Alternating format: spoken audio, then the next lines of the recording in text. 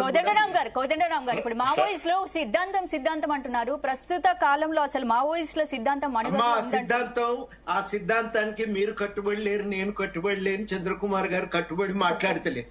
అందరం ఏం కోరుకుంటున్నామంటే ఒక పరిష్కారం దొరకాలని. అంటే ఒకప్పటి సామాజిక ఆర్థిక పరిస్థితులు వేరు, ఇప్పటి పరిస్థితులు వేరు కదా. ఇలాంటి తరుణంలో మావోయిస్టులు తన పంతాన్ని మార్చుకోలేకపోయారంటారు. అమ్మా విషయం ఏంటంటే ఇక్కడ మేము మావోయిస్టు మంచి చెడుల గురించి మాట్లాడటానికి చంద్రకుమార్ గారు లేరు, నేను లేను. వాళ్ళ సిద్ధాంతం బాగులేదు, సమస్యలు వచ్చినాయి అని చెప్పి శేఖర్ గారు అన్నదాన్ని, తర్వాత ఇతర పెద్దలు చెప్పిన దాన్ని కాసేపు అంగీకరిద్దాం. అయితే విషయం ఏంటంటే ఇది పరిష్కారం కావాలంటే ఏం చేయాలి అని అడుగుతున్నారు. అంటే వాళ్ళ సిద్ధాంతమే ఎన్కౌంటర్లకు కారణం అవుతుంది కదా, సిద్ధాంతం పేరిట వాళ్ళ ప్రాణాలు పోతున్నాయి. విషయం మేము చెప్పేది మీరు అర్థం చేసుకోకుండానే ప్రశ్నలు అడుగుతున్నారు. మేము చెప్పేది అర్థం చేసుకోండి, అర్థం చేసుకుంటే మీరు జాగ్రత్తగా ప్రశ్నలు అడగగలుగుతారు. జస్టిస్ చంద్రకుమార్ గారు ఏమంటున్నారంటే వద్దు అనుకుంటున్నాం కదా, అది మంచిది కాదు, సమాజానికి నష్టం అనుకుంటున్నాం కదా, కాసేపు అంగీకరిద్దాం. మీరు కూడా అంటున్నారు అది నష్టదాయకమని అంగీకరిద్దాం. నష్టదాయకం కాబట్టి సంపేద్దామా, మాట్లాడి దాన్ని పరిష్కారం చేద్దామా? మిమ్మల్ని అడుగుతున్న ఇప్పుడు నేను భరత్ గారిని కూడా ఇదే ప్రశ్న. అంటే అడవుల్లో కాకుండా జనజీవన స్రవంతిలో ఉండి ప్రజల కోసం, అణగారిన వర్గాల కోసం పోరాడచ్చు కదా. మావోయిస్టులు అటువైపుగా ఎందుకు ఆలోచించట్లేదు అనుకోవచ్చు. మేము చెప్పలేరు రావాలని చెప్పటానికి జనజీవితంలోకి వాళ్ళు రావటానికి చర్చలు అనే అవకాశం ఇస్తారా ఇయ్యరా? చెప్పాలి. మురళీమనోహర్ గారు చెప్పండి. కోదండరాం గారు అడిగిన దానికి వాళ్ళకు ఒక అవకాశం ఇవ్వండి అంటున్నారు. ఒక అవకాశం ఇవ్వండి, చంద్రకుమార్ గారు కూడా అదే ఒక అవకాశం ఇవ్వండి అని చెప్తున్నారు. చంపడం బదులు చివరి అవకాశం, అంటే ఇప్పుడు ఉరిశిక్ష వేసే ఖైదీకి కూడా చివరి అవకాశం ఇస్తారు కదా. సో ఒక అవకాశం ఇవ్వండి అని అంటారు, అంతే కదా సార్ కోదండరాం గారు? ఇప్పుడు మీరు చెప్పేది ఒక అవకాశం ఇవ్వాలి కదా సార్, తప్పదు కదా, ప్రజాస్వామ్య పద్ధతి కూడా. మురళీమనోహర్ గారు అవకాశం ఇస్తే ఏంది, తప్పేంది? చంద్రకుమార్ సార్ ఒక మాట ఏమన్నారంటే, మీరు గతం మైండ్ లో పెట్టుకున్నారు, ప్రిజుడీస్ గా మాట్లాడుతున్నారు అని. ఆ చర్చలప్పుడు కూడా మేము అంతా ఉన్నాం. మా బాధ మాకు అంటే అప్పటికే 20-30 మంది హత్య గావించబడ్డారు మా వాళ్ళు. ఆ బ్యాక్గ్రౌండ్ తో అక్కడ మేము ప్రభుత్వంతో మేము ప్రయత్నం చేస్తున్నాం. మీరు మోసపోతారు అనేది మేము కమ్యూనికేట్ చేశాం. వీళ్ళంతా మార్టియర్స్ అని మేము పిలుస్తాం. మా వాళ్ళు ఎవరైతే చనిపోయారు, 40-45 మంది ఎవరైతే చనిపోయారో, మార్టియర్స్ మెమోరియల్ రీసెర్చ్ ఇన్స్టిట్యూట్ నేను ప్రెసిడెంట్ గా మాట్లాడుతున్నాను. మేమందరం మా బాధలు మీతో చెప్తున్నాం. మేము ప్రిజరైజ్ గా ఉన్నాము అని మీరు అంటున్నారు. నేనేమంటున్నానంటే మా అనుభవము అట్లా నేర్పింది. అక్కడ మోసపోయారు, ప్రభుత్వం మోసపోయింది, మేము మోసపోయినాం, అందరం మోసపోయినాం. అవును చర్చలు జరిగితే అవుతుంది అని అనుకున్నాం, కానీ మీడియేటర్లు పారిపోయారు, ఎవరు లేరు, ఇప్పుడు ఎవరు బాధ్యత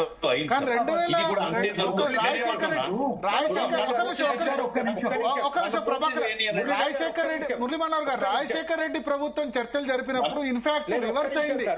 ఏమైందంటే ఆ సమయంలో మావోయిస్టులను టార్గెట్ చేసి ఎలిమినేట్ చేశారు ఎక్కడెక్కడ ఉన్నారో. ఆ చర్చలు జరిపినప్పుడు నిజానికి మావోయిస్టుల క్షీణతకు అది కారణమైంది. భరత్ గారు, మీరు రాజశేఖర రెడ్డి గారి గురించి చెప్పారు మీరు, కానీ మీరు నిజామాబాద్ లో ఒక పెద్ద సభ జరిగింది నక్సలైట్లది. అప్పుడు బస్సులు కూడా ఆర్టీసీ బస్సులు కూడా వాళ్ళు చెప్పేస్తే, వాళ్ళ గన్ పెట్టేస్తే వచ్చేసాయి.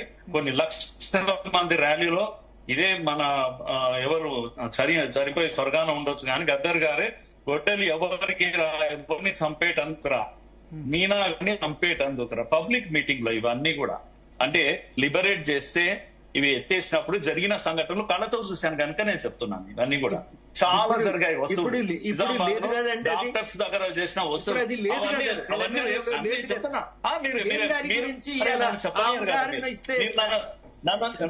చెప్పని ప్రజలకు తెలిస్తే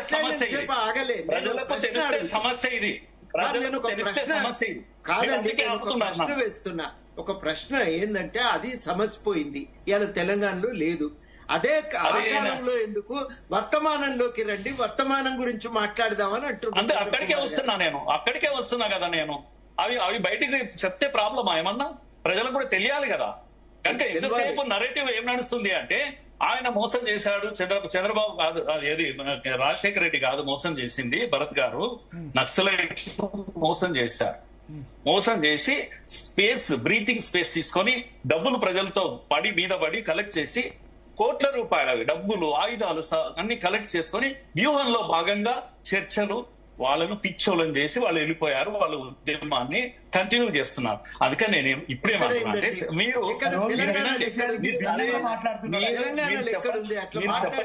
జరిగిన విషయాలు భిన్నంగా ఒక్క నిమిషం భరత్ గారు మా వాయిస్ జనాలకు ఒక్క నిమిషం ప్రభాకర్ గారు, మురళీ మనోహర్ గారు మాట్లాడిన తర్వాత ఇస్తాను అవకాశం. మళ్ళా రాజ్యాంగం నీతి చెప్పండి రాజ్యాంగం గురించి మురళి గారు అనుభవాల గురించి మేము చెప్తున్నాం. మురళి గారు చెప్పండి, మీ తర్వాతనే అవకాశం.